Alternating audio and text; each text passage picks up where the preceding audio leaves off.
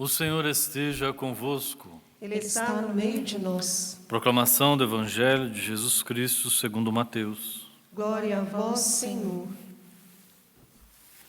Naquele tempo, entrando em um barco, Jesus atravessou para outra margem do lago e foi para a sua cidade.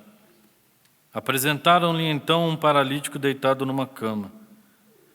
Vendo a fé que eles tinham, Jesus disse ao paralítico: Coragem, filho, os teus pecados estão perdoados. Então alguns mestres da lei pensaram: esse homem está blasfemando. Mas Jesus, conhecendo os pensamentos deles, disse: Por que tendes esses maus pensamentos em vossos corações? O que é mais fácil dizer: os teus pecados estão perdoados, ou dizer: levanta-te e anda? Pois bem, para que saibais que o Filho do Homem tem na terra poder para perdoar pecados, disse então ao paralítico: levanta-te, pega a tua cama e vai para a tua casa. O paralítico então se levantou e foi para a sua casa. Vendo isso, a multidão ficou com medo e glorificou a Deus por ter dado tal poder aos homens. Palavra da salvação. Glória a vós, Senhor. Os julgamentos do Senhor são corretos e justos igualmente. Os julgamentos do Senhor são corretos e justos igualmente. Esta é uma linda história que nós acabamos de ouvir neste Evangelho de hoje e que aconteceu lá em Cafarnaum. Aqui, a cidade que Mateus era cobrador de impostos. Essa mesma história é contada em Marcos 2:1. Também no Evangelho de Lucas, que vai falar desta riqueza, desta graça. Lucas também 7:17, vai contar a mesma história.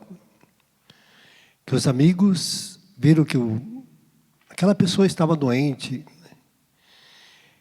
e eles sabiam que Jesus tinha o poder de curar, de dar vida nova àquele seu amigo que estava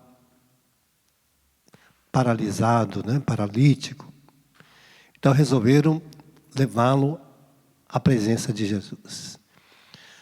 No Evangelho de Marcos e de Lucas vai dizer que eles abriram o telhado, como tinha muita gente em volta da casa, não tinha como entrar, desceram. O paralítico não acorda até aos pés de Jesus. E Jesus até ficou admirado com a fé dos amigos. Mostrando que quando a gente é amigo de alguém, a gente também é canal de graça, de cura, de levar o outro a experimentar as riquezas de Deus. O amigo que tem Deus no coração é o amigo que leva o outro para Deus, No Eclesiástico vai dizer desta riqueza, Você vai encontrar um verdadeiro amigo, quem tem Deus no coração. Um verdadeiro amigo é aquele que tem Deus no coração.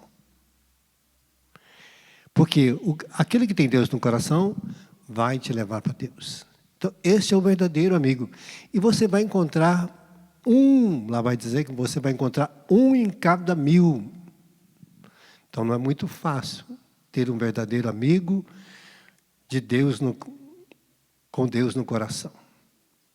É uma joia preciosa, Por isso Jesus vai dizer: eu sou teu amigo. Jesus nos revela como amigo nosso. Para que ele disse: olha, eu nem chamo você de servo, mas chamo de amigo. Porque eu vos dou a conhecer tudo da minha vida. E aí Jesus mostra como que a amizade, dentro de um contexto, os 4 que fizeram esta graça acontecer na vida deste paralítico, fez com que todos, até mesmo Mateus, vai se converter, quando Lucas narra, logo após este milagre. Esta graça foi a gota d'água que faltava para a conversão de Mateus. É neste contexto que ele vai se converter. Porque imagina, Mateus estava na coletoria de impostos naquele dia. E ele viu as pessoas passando para ir à casa onde estava Jesus. Ele viu esse paralítico passando na maca, os amigos carregando. De repente, ele estava lá na coletoria, ele não estava vendo a ação. Imagina que depois ele ouça aquele alvoroço todo e o paralítico passando para ele carregando a maca, né? Com os amigos conversando. Imagina o coração de Mateus, né, que hoje narra para nós este evangelho, este fato, essa história maravilhosa da graça de Deus, que olha para os nossos pecados, mas destrói o pecado que nos aprisiona, que nos mata, que nos deixa paralisado, que nos deixa sem força, que nos deixa paralítico, sem capacidade de andar corretamente, né? Porque às vezes a gente fica paralisado. Quando a gente se torna dependente de alguma coisa, a gente se paralisa, né? Às vezes eu vejo uma pessoa que é dependente de álcool, ele fica paralisado no boteco. Torna um paralítico do boteco. Ele sai de casa para o boteco. É a única caminhada que ele consegue. O dependente de droga, às vezes nem levanta mais. Fica ali, cheirando ou fumando aquela droga, né? O tempo todo. A única caminhada que ele faz é para pegar outra droga. Então ele fica paralisado. Então as pessoas que vai tornando dependente, né? Ela fica paralisada, ela não consegue fazer outra coisa a não ser aquilo que tornou dependente. Escrava daquela paralisia. E não tem força para vencê-la, a não ser em Deus. A gente vê assim as pessoas que têm a oportunidade, quando se internam numa casa como a Betânia, Fazenda da Esperança, outros lugares que temos aí na Redondeza, elas chegam ali paralisadas, elas não têm força para andar. Elas não sabem fazer outra coisa a não ser olhar para o boteco, né? Eu me lembro lá na Betânia, que eu morei, tinha um bar em frente à Betânia. Parece que o demônio é tentador, né? Ele já coloca um boteco bem pertinho. Para quê? Para que todo mundo que entrava já via o boteco lá. E aí, a dependência, né, fazia muitos deixaram e entraram no boteco. Então o demônio já põe a sedução na porta para nos arrancar das graças de Deus. Então hoje nós estamos vendo como é difícil até mesmo curar uma pessoa, né? Como aqueles que não acreditam, que não acham, que não vê o poder de Deus, e aí começa a escarnecer. Nada. Você não vai conseguir não, você não vai dar conta, você não vai ser capaz. Ih, você é um fraco, você é um fracassado, você é um derrotado. O demônio é assim, coloca a palavra na boca dos outros para desanimar a gente. E aí Jesus viu aqueles homens, fariseus, debochando. Quem é você? Quem te diz que você tem poder de perdoar pecado? Jesus, bom, o que você quer? Que eu perdoe os pecados ou que eu dê a cura a este homem? Então Jesus, para você ver que eu tenho poder, então levanta, toma o teu leito, sede curado. Pronto, aquele homem foi curado. Porque o perdão nos cura, nos dá graça de nos levantar diante daquilo que nos escraviza, nos mata e nos destrói. Às vezes a gente fica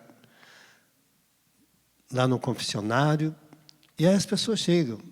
E às vezes a gente vê como que é difícil, às vezes, a pessoa se reconhecer pecador. Ah, padre, é um pecadinho à toa. Para ela é um pecadinho à toa, dependendo da situação. É uma mentirinha só. É só um pecadinho que eu tenho. Às vezes a pessoa passa um ano inteiro sem ir lá confessar, e vai lá e fala, não, padre, as minhas coisas são só pecadinhos. Pecadinhos? 1 ano. Imagina um pecadinho de 1 ano. A palavra diz que o justo peca 7 vezes ao dia. Então, se a gente for contar, dá 2.550 e poucos pecados. Por ano. É o mínimo. E a gente acha que é pouco. Mas a pessoa vai lá e conta um pecado. E volta para casa com os outros, porque não teve coragem de contar. Porque não é fácil querer se libertar. Não é fácil querer assumir pecador diante dos outros e diante de Deus. A gente quer ser santo. Lógico, santo é o anseio de Deus para mim e para você. É o que Deus gostaria que a gente não pecasse, né? Mas para mim não pecar, eu tenho que ouvir a palavra de Deus, colocar ela em prática, viver da palavra de Deus, porque tem muita gente que vai achar que o pecado é coisas que Deus não vai nos condenar por causa do pecado. Né? Por isso está a primeira leitura de hoje, mostrando como existem falsos profetas. Né? Ah, não tem problema. E você vai à missa hoje? Não, vamos para a festa. Você vai à missa outro dia. Missa tem todo dia. Então, vai aparecer os falsos profetas querendo nos seduzir. Que nada, menina, aproveita a vida. Ela passa, daqui uns dias você morre, deixa tudo aí. Vai ficar o quê aqui? Não entendi o que vai ficar aqui. Não vai ficar nada. Lá no cemitério não fica nada. Mas as pessoas falam. E vai seduzindo, e vai colocando na cabeça da outra. Nossa, você tão já nessa idade e vivendo essas coisas, ainda na igreja, rezando o dia inteiro, todo dia rezando. Você não tem outra coisa para fazer? É assim. Tem gente que debocha, porque o outro reza, porque o outro vai à igreja. Então, o falso profeta, ele tenta seduzir o outro. Não, você vai profetizar contra, falando de pecado. Né? Jesus diz, olha, quem quiser seguir, tome a sua cruz. Converta-se. Ide à casa de Israel, anunciai que o reino de Deus está próximo, que todos devem se converter. João veio falando do pecado, oferecendo o batismo para a redenção do pecado a cada um. Mas as pessoas querem ouvir? Não. As pessoas querem falar daquele Deus que é misericordioso, que não vai te condenar, que não vai mandar você, que você não vai para o inferno. As pessoas gostam de ouvir esse Deus. Mas o Deus que é justo e que vai nos exigir de nós uma vida digna, não, você pode viver prostituição, não tem problema, você pode viver de homossexualismo, você pode viver de corrupção, de mentira, você pode beber, pode se drogar, pode fazer tudo. Não tem problema nenhum, depois você se arrepende, mais tarde, na hora que você ficar velho, que você não tiver o que fazer, você vai para a igreja. Será que vai dar tempo? Que dia que você vai morrer? Que dia que você vai acertar a conta? Né? Ninguém sabe o dia e a hora. Jesus viveu até os 30 e poucos anos. Chegou a hora, o tempo de Deus ninguém sabe, né? Mas o falso profeta vai dizer que vai oferecer, não, se você fizer isso, se você der um copo de água, você já pagou os seus pecados. Aí oferece a falsa caridade. Eu vou fazer troca com Deus, né? Porque tem muita gente que achando que a caridade é eu dar um pão para uma pessoa, dar um prato de comida, ou dar uma roupa, e que eu vou pagar meus pecados.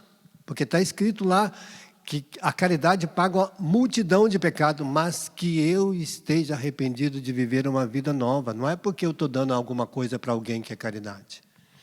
Pode ser generosidade, pode ser esmola, pode ser uma forma de ajudar uma pessoa, mas não é expressão de caridade quando eu não me arrependo dos meus pecados, quando eu não uso da justiça de Deus no meu coração. Não é caridade. Pode ser esmola. Esmola qualquer um dá. Por quê? Porque está sobrando. Então, por isso, a caridade não é algo que eu faço sem justiça, sem graça, sem se arrepender daquilo que eu vivi, sem querer viver aquilo que é de Deus no meu coração. Não, a caridade precisa estar revestida da graça de Deus em mim, porque eu faço por generosidade aquele irmão que está necessitando, e eu vou compartilhar com ele a minha vida. E Jesus até ensina na palavra do bom samaritano, que aquele homem, além de tudo, ele passou, curou o outro, curou as suas enfermidades, colocou numa pousada, e ainda pagou o dono da pousada para cuidar daquela pessoa. Se ele gastasse mais ainda, ele ia repor. Então, é todo devolver uma vida inteira para a pessoa. Não é só um gesto de dar um pão. Mas é uma vida de entrega ao outro, de querer o bem da totalidade do outro. E não oferecer algo qualquer. Né? Nós podemos até dar alguma coisa para as pessoas, né? Porque está sobrando lá na minha casa, eu não vou usar mais, dou um par de sapato que eu não estou usando, dou uma roupa que eu não estou usando, dou algo que lá em casa está sobrando, vou dar para as pessoas, porque está me sobrando. E até a Canção Nova nos orienta a nós, membros da Canção Nova, a cada mês fazer o retiro da boa morte. Vejo que está lá no meu quarto e que eu não estou usando e que eu devo doar para os meus irmãos. É uma doação. Então nós precisamos ver, por isso que o falso profeta vai tirando, né, aquilo que é a justiça de Deus. Deus é justo e vai exigir de nós. Por isso o profeta Amós vai falar para aquele pessoal: se vocês não mudarem de vida, vocês vão escravo para outro lugar, vocês vão ver as suas casas sendo invadidas, sendo destruídas pelo mal, porque ele vai destruir. Jesus disse daquele homem: o pecado te levou a paralisar a sua vida, te matou, te destruiu, tirou tudo aquilo que era de vida sua. O pecado roubou, e o pecado rouba cada um de nós. Então é preciso que nós tenhamos consciência de que o pecado está nos matando, e que mata a humanidade, que destrói todos que estão à sua volta.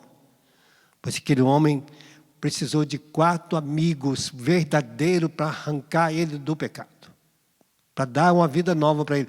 Precisou abrir o telhado da casa de Deus para que ele entrasse e mergulhasse a sua vida na presença do Senhor, que o Senhor pudesse tocá-lo e colocar de pé e dar vida nova para ele, porque só em Deus nós temos esta vida nova. Nós não vamos encontrar lugar nenhum. Cuidado com os falsos profetas que vão te oferecer. Você dá 100 e recebe 1000. Você vai ter empresas, dentes de ouro, vai ter casas, mansões, riquezas, poder. Bem, Deus não oferece nada disso. Falso profeta oferece. Deus oferece a dignidade para que você construa, edifique a sua casa, a casa sobre a rocha de Deus. E não vai faltar aquilo que é necessário para a gente viver com dignidade. Né? Então, é uma graça. Por isso, nós temos aí as pessoas que ajudam a Canção Nova da sua doação para evangelizar, tornam-se evangelizadores com a Canção Nova em Deus. Ela nos faz a sua doação e torna a sua vida sinal de graça de Deus para milhares de pessoas. É um serviço prestado. Então, a generosidade se dá nesta graça. Então, nós queremos agradecer a Deus hoje, mostrando como é importante nós sabermos da justiça de Deus também. Deus é bom e justo.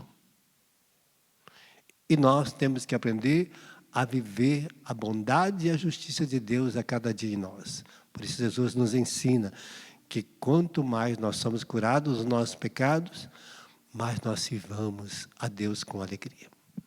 Então, quero pedir esta graça hoje para Deus, para cada um de nós, que nós possamos experimentar esta cura de Deus hoje, seja sobre todas as nossas fraquezas e misérias. Que o Senhor venha lavando com sangue dentro de todos os nossos pensamentos negativos, tudo aquilo que alimentamos de tristeza, de revolta, de briga, de contenda, de julgamentos, de falta de amor para com o outro, de generosidade, de compaixão, de misericórdia. Que Deus nos dê a graça hoje de dar um novo refrigério, de nos colocar de pé, de nos vir em nosso socorro como que nós estivéssemos paralisados em alguma situação. Que Deus nos abrisse os olhos, o entendimento, o coração, a nossa vontade e desejo para o servir com toda a nossa vida.